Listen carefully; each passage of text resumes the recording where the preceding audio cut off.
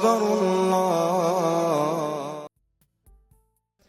কালের সাক্ষী হয়ে দাঁড়িয়ে আছে প্রায় ৪০০ বছর পূর্বে নির্মিত ৩ গম্বুজ বিশিষ্ট ইটনা শাহী মসজিদ, লোকমুখে যা গায়েবী মসজিদ নামে পরিচিত। আমার বয়স হইলো ৮৫ বছর বর্তমান, আর আমার বয়স হইলো ১৫।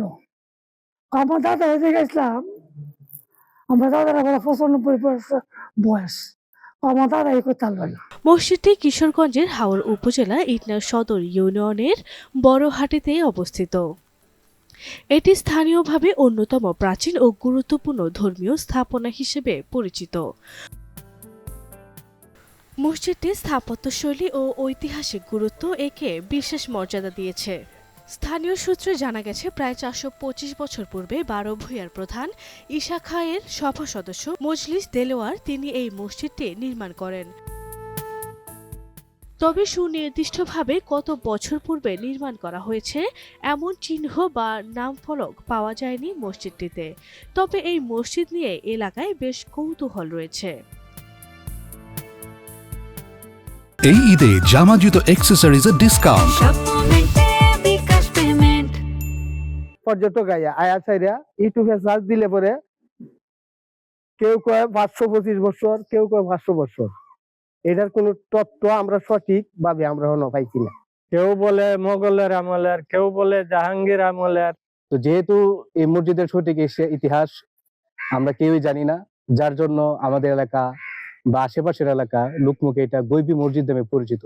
মসজিদটি মোঘল স্থাপত্য শৈলীতে নির্মিত, যা একটি বেদির উপর স্থাপিত এবং চারপাশে মোটা দেয়ালে পরিবেষ্টিত।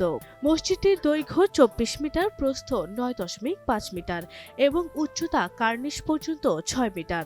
ছাদে ৩টি সুদৃশ্য গম্বুজ, ৩টি প্রবেশদ্বার ও ভেতরের ৩টি মেহরাব রয়েছে। এই মসজিদটি পরিদর্শন ও নামাজ আদায় করতে দূর দূরান্ত থেকে ছুটে আসেন দর্শনার্থীরা। দেওয়ান মজলিস দেলোয়ার খাঁর আমলের হতে পারে। তাছাড়া কিশোরগঞ্জের ইতিহাসে আমরা এই মসজিদের শুধু ছবিটাই দেখতে পাই, কোনো তথ্যপত্র পাই নাই। এটাও শোনা যায় যে মুঘল আমলের মসজিদ, এটাও কিন্তু জনশ্রুতি আছে আর কি। ৪৫০ বছরের পুরনো ঐতিহাসিক ইটনা শাহী জামে মসজিদের রক্ষণাবেক্ষণ সহ সার্বিক সহযোগিতার আশ্বাস দিলেন উপজেলা নির্বাহী কর্মকর্তা। যতদূর জানতে পেরেছি, এটি মুঘল আমলের একটা স্থাপনা এবং অত্যন্ত প্রাচীন, আজ থেকে প্রায় ৪৫০ বছর আগের এটি, এবং স্থাপত্য শিল্পের দিক থেকে, অ্যাস্থেটিক্স বা নন্দন তত্ত্বের দিক থেকে এই মসজিদটির একটি পুরাকীর্তি বা আর্কিওলজিক্যাল একটা গুরুত্ব রয়েছে।